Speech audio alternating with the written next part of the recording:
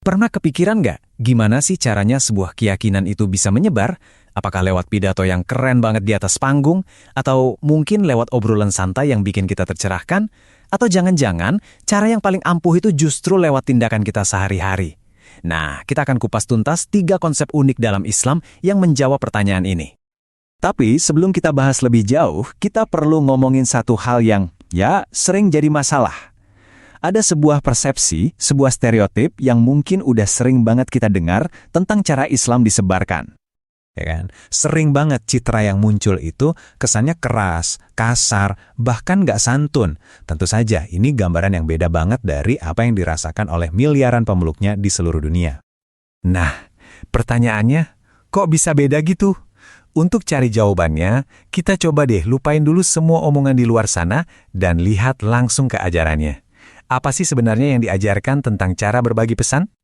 Oke, kita mulai dari yang paling umum dulu ya, sebuah ritual formal yang mungkin sering kita lihat atau dengar, khotbah. Khotbah ini bukan cuma sekedar pidato motivasi biasa loh. Bayangin, ini sebagai bagian inti dari sebuah upacara sakral. Ada aturan mainnya yang spesifik banget, dan kalau dilanggar, seluruh ritual ibadahnya bisa-bisa dianggap gak sah. Serius banget kan? Dan ini nih, resep wajibnya. Ada 6 langkah yang harus diikuti. Harus urut dan gak boleh ada yang kelewat satupun. Mulai dari memuji Tuhan, mengikrarkan iman, mendoakan Nabi, terus ngasih nasihat inti, mengutip kitab suci, dan ditutup dengan doa untuk semua. Kalau ada satu aja yang kelewat, seluruh upacara ini bisa batal. Ini nunjukin betapa sakralnya momen khotbah itu. Jadi, gampangnya gini deh. Kalau mau diibaratkan, khotbah itu kayak pidato kenegaraan pas upacara bendera. Semuanya udah diatur. Siapa yang ngomong, apa yang harus diucapin, bahkan urutannya. Tujuannya bukan untuk diskusi, tapi untuk meresmikan dan memenuhi sebuah protokol suci. Oke, itu tadi kan panggung yang formal banget ya. Tapi gimana kalau tujuannya bukan buat ritual, tapi buat, ngasih ilmu? Nah, disinilah kita kenalan sama saudaranya yang lebih fleksibel, tablik. Sesuai namanya, tablik itu artinya menyampaikan. Misi utamanya simple, bikin orang paham, bukan cuma sekedar tahu, tapi benar-benar ngerti biar mereka bisa menerapkan ilmunya dalam hidup. Ini soal pencerahan, bukan cuma formalitas. Nah, kalau khutbah tadi diikat sama aturan yang kaku, tablik ini lebih diikat sama etika. Di sini, yang paling penting bukan lagi urutannya, tapi cara penyampaiannya. Apakah bahasanya sopan, pesannya menyejukkan, apakah penyampaiannya membuka ruang diskusi, bukan malah mancing-mancing debat kusir. Nah, itu dia intinya. Jadi kalau tadi khutbah itu pidato kenegaraan, nah tablik ini lebih kayak sesi TED Talk atau seminar interaktif. Suasananya lebih cair, audiens bisa nanya, bisa diskusi. Tujuannya itu buat memantik aha momen di kepala pendengarnya. Dan orang yang menyampaikannya biasa kita sebut mubalik. Kita udah lihat panggung formal dan ruang kelas yang interaktif. Tapi gimana kalau panggungnya itu seluruh kehidupan kita sendiri? Nah, disinilah kita sampai ke konsep yang paling dalam dan personal, dakwah. Coba deh, lupain dulu mimbar dan mikrofon. Dakwah itu adalah pesan yang disampaikan tanpa perlu banyak kata. Ini soal gimana seorang pedagang jujur sama timbangannya, gimana seorang tetangga tiba-tiba ngebantuin tanpa diminta, bahkan senyum tulus ke orang yang gak kita kenal. Itulah dakwah dalam bentuknya yang paling murni. Kita balik lagi ke analogi tadi. Kalau khutbah itu acara peluncuran produk dan tablik itu workshop cara pakainya, maka dakwah adalah reputasi brand itu sendiri. Reputasi yang nggak dibangun dari iklan, tapi dari pengalaman nyata, dari kualitas yang konsisten setiap hari. Biar kebayang sekuat apa konsep ini, ada satu kisah yang luar biasa banget. Coba bayangin ya, ada seorang pria bernama Zaid ditangkap oleh musuhnya. Pedang udah ada di lehernya, detik-detik terakhir hidupnya udah di depan mata. Tepat sebelum dieksekusi, pemimpin musuh ngasih tawaran terakhir, semacam tes mental gitu.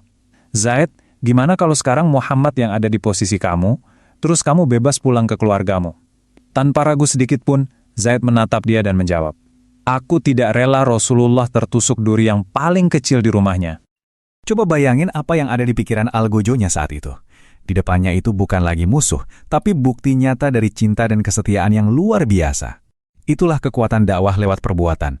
Ia nggak berdebat, nggak maksa. Ia cuma menunjukkan, dan dampaknya bisa mengubah hati seorang musuh.